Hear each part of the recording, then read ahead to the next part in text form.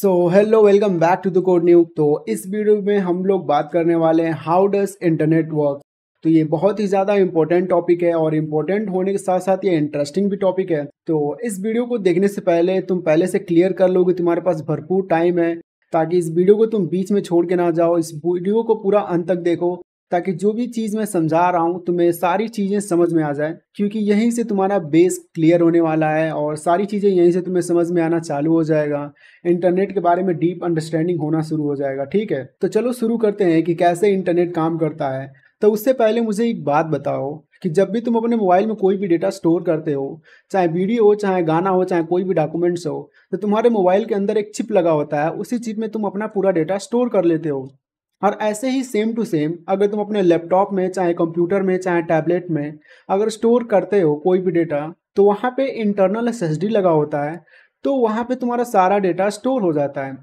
लेकिन क्या तुमने कभी भी ध्यान दिया है कि कोई भी डेटा, चाहे कोई भी वीडियो हो, चाहे कोई भी डॉक्यूमेंट हो, अगर तुम यूट्यूब पे जाके स्टोर करते हो या फिर कोई भी इंस्टाग्राम पे या फिर कोई अदर सोशल मीडिया ऐप पे अगर तुम कोई भी डेटा अपलोड करते हो, तो वो कहाँ जाके स्टोर होता है। तो चलो इसको अच्छे से समझते हैं कि कैसे ये सब कुछ काम करता है, कैसे सोशल मीडिया तुम्हारा डेटा को स्टोर करता है। तो सबसे पहले अगर तुम ये समझो कि कोई भी तुम वीडियो, चाहे कोई भी डेटा अगर तुम अपलोड करते हो कोई भी सोशल मीडिया पे, तो वो एक जाके डेटा सेंटर पे तुम्हारा पूरा डेटा जाके स्टोर हो जाता है। और वो डेटा सेंटर खास तौर पे तुम्हारे घर से बहुत ज़्यादा दूरी पे होता है। और उस डेटा सेंटर को ना कौन मैनेज करता है? एक पावरफुल कंप्यूटर उस डेटा सेंटर को मैनेज करता है। और उस पावरफुल कंप्यूटर को हम लोग कहते हैं सर्वर। तो इसको ऐसे समझो जैसे तुम्हारा मोबाइल है और तुम्हारे मोबाइल के अंदर चिप लगा हुआ है, चाहे इंटरनल चिप हो सकता है या फिर एक्सटर्नल, तो उसमें लगाए हुए होते हो। तो उस चीज़ को कौन हैंडल करता है? तुम्हारा मोबाइल ही तो हैंडल करता है ना, तुम्हारे मोबाइल का प्रोसेसर हैंडल करता है। ठीक है, कुल मिला जुला के तुम्हारा मोबाइल उस चीज़ को हैंडल करता है। तो उसी प्रकार जो डेटा सेंटर है ना, वो तो सिर्फ डेटा को स्टोर करने के लिए यूज होता है। तो उस चीज़ को जो हैंडल करता है वो पावरफुल कंप्यूटर होता है। और उसी पावरफुल को कंप्यूटर को हम लोग कहते हैं कि वो सर्वर है। तो जैसे अपने लोकली मोबाइल में कोई वीडियो तुम पहले से स्टोर करके रखते हो, तो कोई वीडियो को तुम ओपन करने के लिए जब क्लिक करते हो कोई भी सॉफ्टवेयर का यूज़ करके, तो वो वीडियो कहाँ से आता है? तुम्हारे चिप में से वो डेटा निकल के, मतलब वीडियो को तुम देख पाते हो। उसी प्रकार सर्वर क्या करता है, जब भी तुम कोई भी वीडियो यूट्यूब पे, चाहे कोई भी सोशल मीडिया पे तुम जब देखने जाते हो और तुम उस वीडियो पे क्लिक करते हो, तो सर्वर क्या काम करता है? उस वीडियो को डेटा सेंटर से निकाल के तुम्हारे पास भेज देता है। तो चलो इसको अच्छे से समझते हैं कि ये कैसे काम करता है। तो वीडियो को दिखाने के लिए बहुत सारे मेथड का यूज़ करते हैं। जैसे कि मान लो अगर तुम्हारे मोबाइल में पहले से डेटा भरा हुआ है, तो लोकली डेटा है, वो तो तुम आराम से क्लिक करोगे, देख लोगे। लेकिन अगर तुम्हारे कंप्यूटर में कोई डेटा है, तो कंप्यूटर में से तुम डेटा को निकाल के तुम अपने मोबाइल में देखना चाहते हो, तो सिंपली तुम क्या करोगे? एक वायर लोगे, डेटा केबल अपने मोबाइल में कनेक्ट करोगे, अपने कंप्यूटर में कनेक्ट करोगे और डायरेक्ट कनेक्ट करके डेटा को शेयर करने के बाद तुम देख लोगे। लेकिन एक बात समझो कि जो डेटा तुमसे बहुत ज़्यादा दूरी पे है, और मतलब कि थाउजेंड ऑफ माइल दूर है जो डेटा, उसको तुम वायर से तुम थोड़ी कनेक्ट करने जाओगे, ऐसा तुम कर नहीं पाओगे। तो उसको कनेक्ट करने के लिए तुम क्या करते हो? पहला तो ये हो गया कि तुम सैटेलाइट का यूज़ करते हो, कि सैटेलाइट के जरिए अपने फ़ोन को कनेक्ट करते हो और सैटेलाइट डेटा सेंटर से कनेक्ट रहता है और पूरा डेटा निकाल के तुम्हारे पास भेज देता है। पहला तो ये हो गया। और दूसरा ये हो गया कि तुम्हारा जो राउटर है, तुम्हारे घर के अंदर जो राउटर लगा हुआ है, वो जाके सर्वर से कनेक्ट है वायर से, वायर के जरिए, और तुम सर्वर से मतलब अपने वाईफाई से, अपने राउटर से वाईफाई के जरिए तुम कनेक्ट हो जाते हो। तो दूसरा जरिया ये हो गया कि तुम कोई भी डेटा शेयर कर पाते हो। और तीसरा ये है कि तुम सैटेलाइट का यूज़ कर पाओगे, कि तुम्हारे छत पे एक डिस्क लगा हुआ है और तुम डिस्क के कनेक्ट होते हो, तुम अपने डिवाइस को डिस्क से कनेक्ट करते हो और डिस्क क्या करता है? सैटेलाइट से कनेक्ट होता है और वहाँ से डेटा शेयर हो जाता है। लेकिन वहीं पे एक और बात आती है कि हम लोग सैटेलाइट का यूज़ क्यों नहीं करते हैं? तो ये जानना बहुत ज़रूरी है। तो अच्छा एक बात बताओ कि तुम्हारे छत पे डिस्क लगा हुआ है और तुम डिस्क से अपने मोबाइल को तुम कनेक्ट कर लिए हो और कोई भी तुम डेटा को रिक्वेस्ट कर रहे हो, तुम्हें वीडियो देखना है तो तुम डेटा को रिक्वेस्ट करोगे। तो जैसे ही तुम रिक्वेस्ट कर रहे हो, तुम्हारे डिस्क से क्या करता है? सिग्नल निकलता है और वो सिग्नल कहाँ जाएगा? सैटेलाइट पर जाएगा। और सैटेलाइट क्या काम करेगा? तुम्हारे सिग्नल को फिर से धरती पे भेजेगा सर्वर के पास। तो सर्वर फिर से डेटा को निकालेगा डेटा सेंटर से, फिर सैटेलाइट के पास भेजेगा और फिर वहाँ से तुम्हारे मोबाइल पे आएगा। तो ऐसे तो तुम खुद सोचो कि जो सैटेलाइट तुम्हारे धरती से 22,000 माइल्स ऊपर है, तो धरती से फिर रिक्वेस्ट जा रहा है सैटेलाइट पे, सैटेलाइट से फिर सर्वर पे जा रहा है, फिर सर्वर से वो वीडियो निकल के सैटेलाइट पे जा रहा है, फिर सैटेलाइट से तुम्हारे मोबाइल पे आ रहा है। तो ऐसे तो बहुत ज़्यादा उसको दूरी ट्रैवल कर जाना पड़ेगा। तो ऐसे तो तुम एक वीडियो देखना चाह रहे हो, उस वीडियो को तुम 2 घंटे बाद देख रहे हो, 2 घंटे फिर भी नहीं, लेकिन बहुत ज़्यादा समय लग जाएगा, तुम देख ही नहीं पाओगे। जैसे इस समय तुम तुरंत वीडियो क्लिक कर रहे हो, तुम तुरंत देख पा रहे हो, लेकिन सैटेलाइट का यूज़ करोगे तो वीडियो ही नहीं देख पाओगे। तो इसी कारण से लेटेंसी की वजह से और डेटा शेयरिंग बहुत ज़्यादा स्लो होता है, इसी वजह से हम लोग सैटेलाइट का यूज़ नहीं करते हैं। तो इसके बाद आ गया कि फिर सैटेलाइट का यूज़ नहीं करते हैं तो हम लोग करते किस चीज़ का यूज़ है? तो हम लोग यूज़ करते हैं राउटर का या फिर सेल टावर का यूज़ करते हैं, और सर्वर से तुम्हारे सेल टावर या फिर राउटर को कनेक्ट करने के लिए एक हम लोग केबल का यूज़ करते हैं, और वो केबल भी कॉपर केबल नहीं होता है, वो ऑप्टिकल फाइबर केबल होता है। और यहाँ पे तुम एक चीज़ ध्यान रखना, कॉपर केबल के अंदर इलेक्ट्रिक पल्स दौड़ता है, वहीं ऑप्टिकल फाइबर केबल के अंदर लाइट पल्स दौड़ता है, जो कि बहुत ही तेज़ी से डेटा को ट्रांसफ़र करता है। इसीलिए हम लोग कॉपर वायर की जगह ऑप्टिकल फाइबर केबल का हम लोग यूज़ करते हैं। ठीक है, इतना समझ में आ गया? तो ऑप्टिकल फाइबर केबल में भी 2 प्रकार के केबल होते हैं। पहला केबल जो है सिंगल मोड फाइबर केबल होता है, जो कि सिंगल मोड फाइबर सिग्नल को ट्रांसमिट करने के लिए यूज़ होता है, तुम देख भी सकते हो। और एक होता है मल्टी मोड फाइबर केबल, जो कि मल्टी मोड फाइबर सिग्नल को ट्रांसमिट करने के लिए यूज़ होता है। तो इससे बस थोड़ा-सा ओवरव्यू दे रहा हूँ, वैसे तो ये थोड़ा-सा बड़ा कॉन्सेप्ट है, लेकिन थोड़े में तुम समझो कि जैसे कि तुम टार्च जलाते हो ना, तो उसकी लाइट एकदम सीधा जाती है, ठीक है? तो वो सिंगल मोड हो गया। लेकिन मान लो तुम दोनों तरफ शीशा लगा दिए हो, ढेर सारा लंबा शीशा लगा दिए हो दोनों तरफ, तो यहाँ से तुम लाइट जलाओगे तो यहाँ से रिफ्लेक्ट होगा, फिर यहाँ पे जाएगा, फिर ऐसे रिफ्लेक्ट होके ऐसे रिफ्लेक्ट होते होते तुम देख सकते हो कि यहाँ से तुम लाइट जलाए हो तो ऐसे जाके ऐसे रिफ्लेक्ट होते होते होते पूरा दूरी बहुत ही किलोमीटर तक, हज़ारों किलोमीटर तक ऐसे ऐसे चलता जाता है।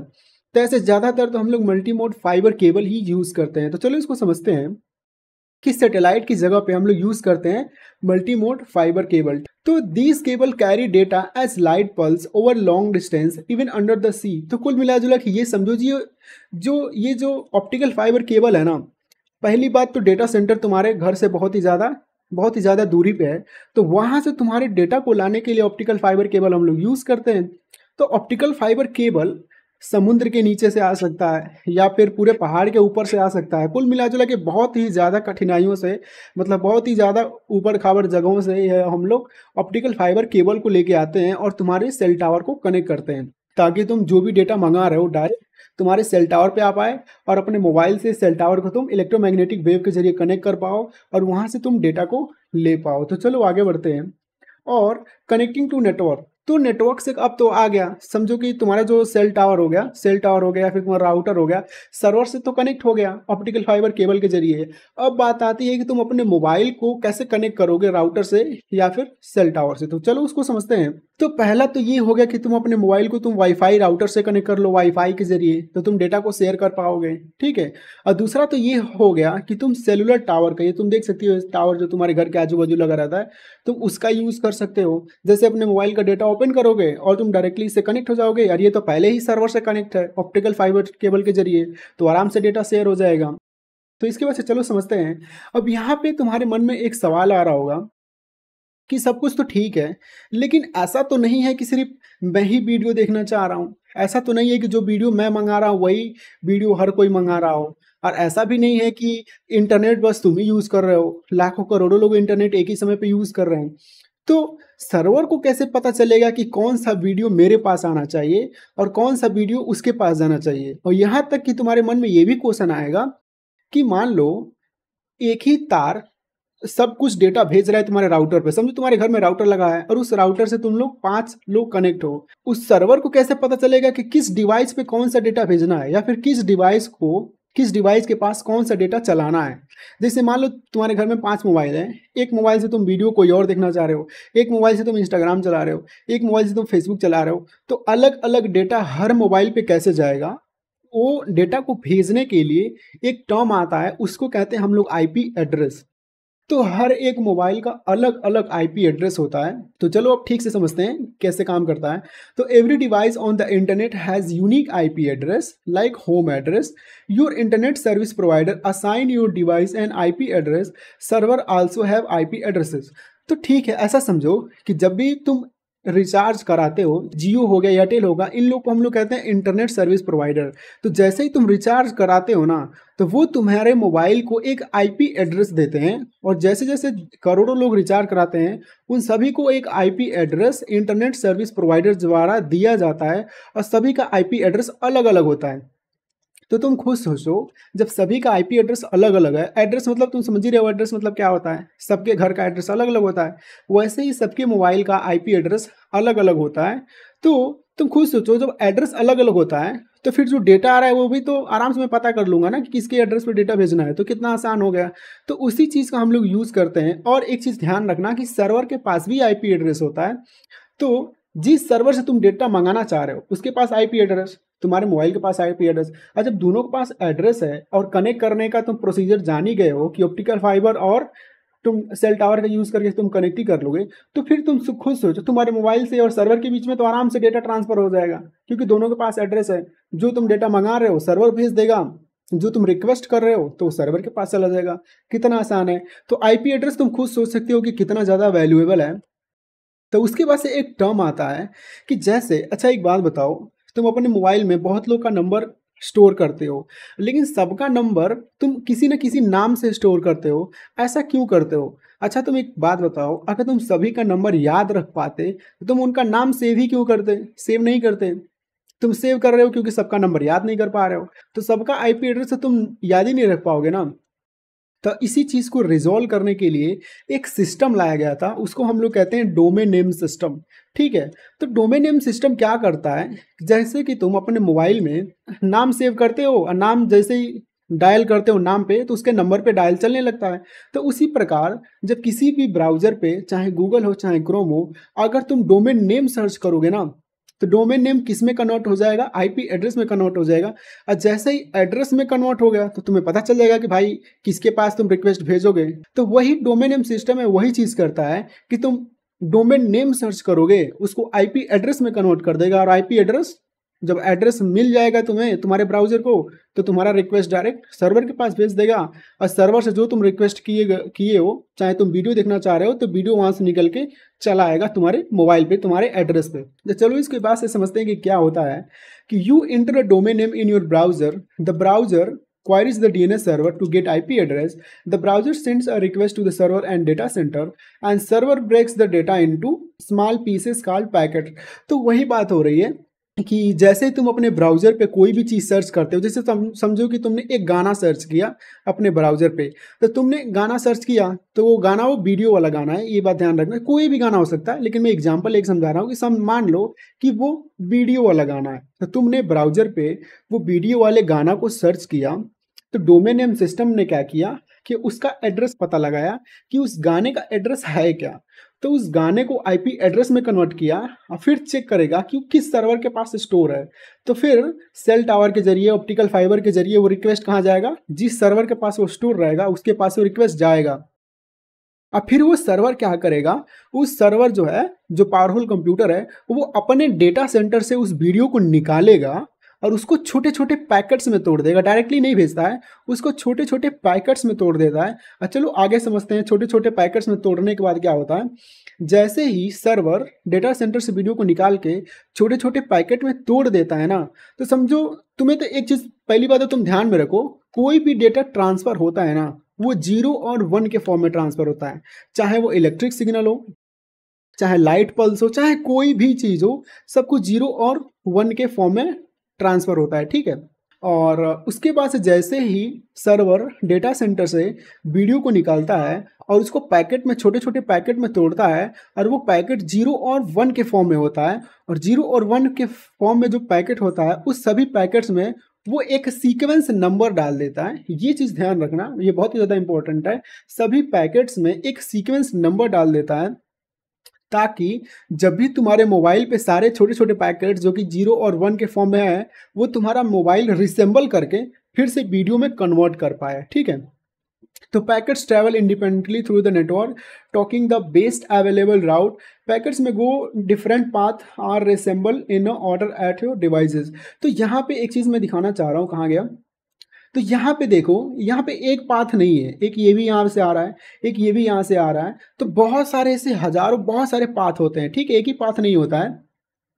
तो कुल मिला जुला के यही बात हो रही है कि जो भी तुम्हारा पैकेट्स आता है ना, जो वीडियो है, वीडियो जो पैकेट्स में कन्वर्ट हो गया है वो 0 और 1 के फॉर्म में है, तो वो एक पाथ से नहीं आता है। कोई पैकेट दूसरे पाथ से आएगा, कोई पैकेट दूसरे पास से आएगा, कोई पैकेट्स कोई और पास से आ रहा है। ऐसे हजारों पैकेट्स होते हैं, जितना बड़ा तुम्हारा वीडियो रहता है उतना बड़ा पैकेट्स बनेगा, और हजारों पैकेट्स करोड़ों पैकेट्स ऐसे ऐसे अलग अलग रास्ते से जाते हैं तुम्हारे सेल टावर के पास, और सेल टावर से तुम राउटर का यूज़ कर रहे हो, चाहे वाईफाई का यूज़ कर रहे हो, चाहे डायरेक्ट अपने इंटरनेट का यूज़ कर रहे हो, तो इलेक्ट्रोमैग्नेटिक वेव के जरिए मतलब कुछ भी करके तुम्हारे मोबाइल पे पहुंचता है।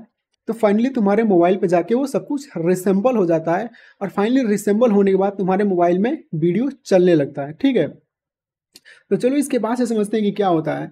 तो internet uses protocol to manage. तो जहाँ पे एक बात बताओ, जहाँ पे वीडियो तुम्हारे सर्वर से निकल के छोटे छोटे पैकेट से होके इतना सारा चीज़ें फॉलो कर रहा है, तो वहाँ पे एक नियम तो होना चाहिए, वरना क्या होगा कि कोई पैकेट्स वहाँ पे छूट गया, क्या होगा कोई पैकेट्स तुम्हारे पास पहुँचा ही नहीं, क्या होगा कोई पैकेट्स बदल दिया हो, बीच में कोई हैक कर लिया हो, तो तुम्हारे वहाँ से तुम मंगा कुछ और रहे हो, तुम्हें दिख कुछ और रहा है, तो ये तो प्रॉब्लम हो जाएगा, वीडियो ठीक से पहुंच ही नहीं पाएगा।